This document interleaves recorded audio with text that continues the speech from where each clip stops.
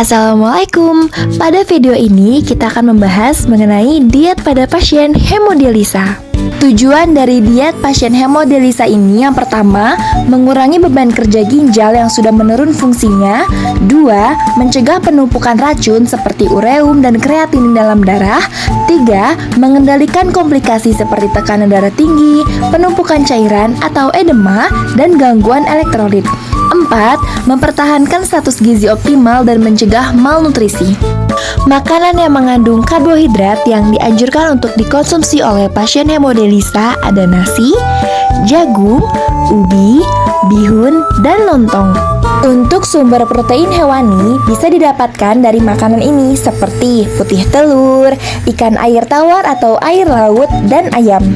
Tentunya, takarannya juga harus sesuai dengan anjuran ahli gizi, atau setidaknya pilihlah salah satu dari sumber protein hewani tersebut.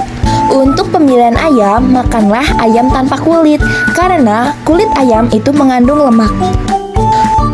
Untuk sumber protein nabati bisa didapatkan dari makanan seperti tahu dan tempe. Tentunya, tahu tempe ini alangkah lebih baiknya jika tidak digoreng atau gorenglah dengan minyak yang sangat sedikit. Pada pasien hemodialisa hanya dianjurkan memakan salah satunya saja, baik satu potong tempe ataupun satu potong tahu. Dampak yang akan muncul jika memakan tahu atau tempe berlebih akan menyebabkan asam urat. Buah-buahan yang dianjurkan untuk dikonsumsi ada jambu biji, pepaya, apel, pir, nanas, dan stroberi. Tentunya dalam porsi yang kecil atau secukupnya.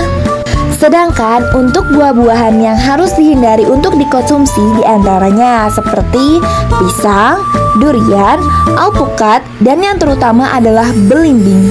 Untuk buah-buahan dan sayur-sayuran yang mengandung kalium dianjurkan untuk dicuci terlebih dahulu, kemudian dikukus selama 5-10 menit.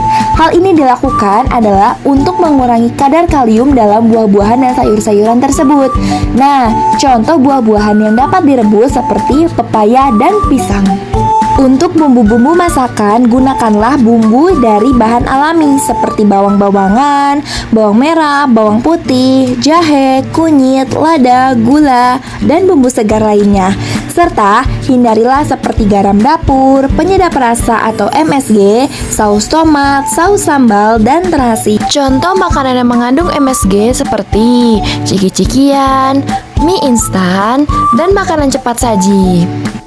Takaran garam yang boleh dikonsumsi dalam satu hari adalah 1 sendok teh. Hal ini karena garam mengandung natrium yang dapat mengikat air. Untuk minuman hanya dianjurkan air mineral saja, itu pun harus berdasarkan anjuran dokter. Dilarang untuk minum kopi, teh, maupun susu, ataupun minuman berwarna lainnya.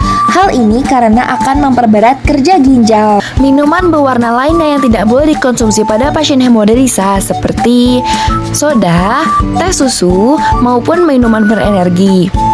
Hal ini karena kandungan pada minuman-minuman tersebut mengandung salah satunya kafein yang dapat menyebabkan dehidrasi, kandungan gula tinggi dapat merusak pembuluh darah ginjal, dan aditif atau zat lainnya itu dapat memperberat kerja ginjal. Nah, segitu dulu ya penjelasannya. Terima kasih.